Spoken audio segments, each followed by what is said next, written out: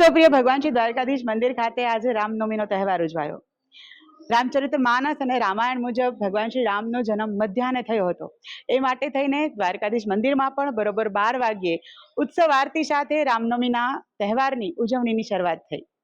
ઉત્સવ સાથે ભગવાન દ્વારકાધીશને આજે વિશેષ રામ સ્વરૂપ શણગાર કરવામાં આવે છે. શંખ ચક્ર ગદા પદ્મ સાથે ખાસ બાણ અને તીર સાથે એટલે કે ધનુષ બાણ સાથે ભગવાનને આજે દર્શન કરાવવામાં આવે છે. આ ઉપરાંત રોજે વાઘા અને આજે ભગવાન દ્વારકાધીશને માત્ર પીળા રંગનું પીતાંબર અને ઉપવસ્ત્ર ધારણ કરાવવામાં આવે છે. વિશેષ રામનવમીનો મુગટ અને વિશેષ તિલક જે છે આજે ભગવાન ધારણ કરે છે. આમ સંપૂર્ણ રામ સ્વરૂપે ભગવાન દ્વારકાધીશ દર્શન આપે છે.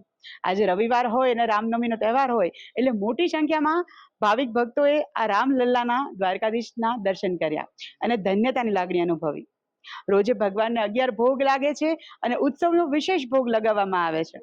આજે રામનવમી નિમિત્તે ભગવાનને પંજરીનો પ્રસાદ જે છે, પંજરીનો ભોગ જે છે લગાવવામાં આવે છે. આ પંજરી જે આખા ધાણા, મિશ્રીનો પાવડર, ડ્રાયફ્રૂટ પાવડર અને થોડું એનો બાઇડિંગ માટે ઘી ઉમેરીને પંજરીને તૈયાર કરવામાં આવે છે. આયુર્વેદની દ્રષ્ટિએ આજથી જે ગરમીનો પ્રકોપ ચાલુ થયો છે તો શરીરની અંદર ગરમીને કારણે પિત્ત વધી જાય છે. તો આ પિત્તના શમન માટે, પિત્તને શાંત કરવા માટે થઈને ખાસ પંજરીનું સેવન કરવામાં આવે છે. તો આ માટે આયુર્વેદિકની દ્રષ્ટિએ પણ પંજરી જે છે ખૂબ મહત્વની છે. તો રામનવમી નિમિત્તે ભગવાનને પંજરીનો વિશેષ ભોગ જે છે એ લગાવવામાં આવ્યો. તો દ્વારકાથી આવી જ માહિતીઓ માટે થઈને લાઈક, કોમેન્ટ અને શેર દ્વારકા ટુડે. વૃંદા પાઢિયા, સૌને જય દ્વારકાધીશ.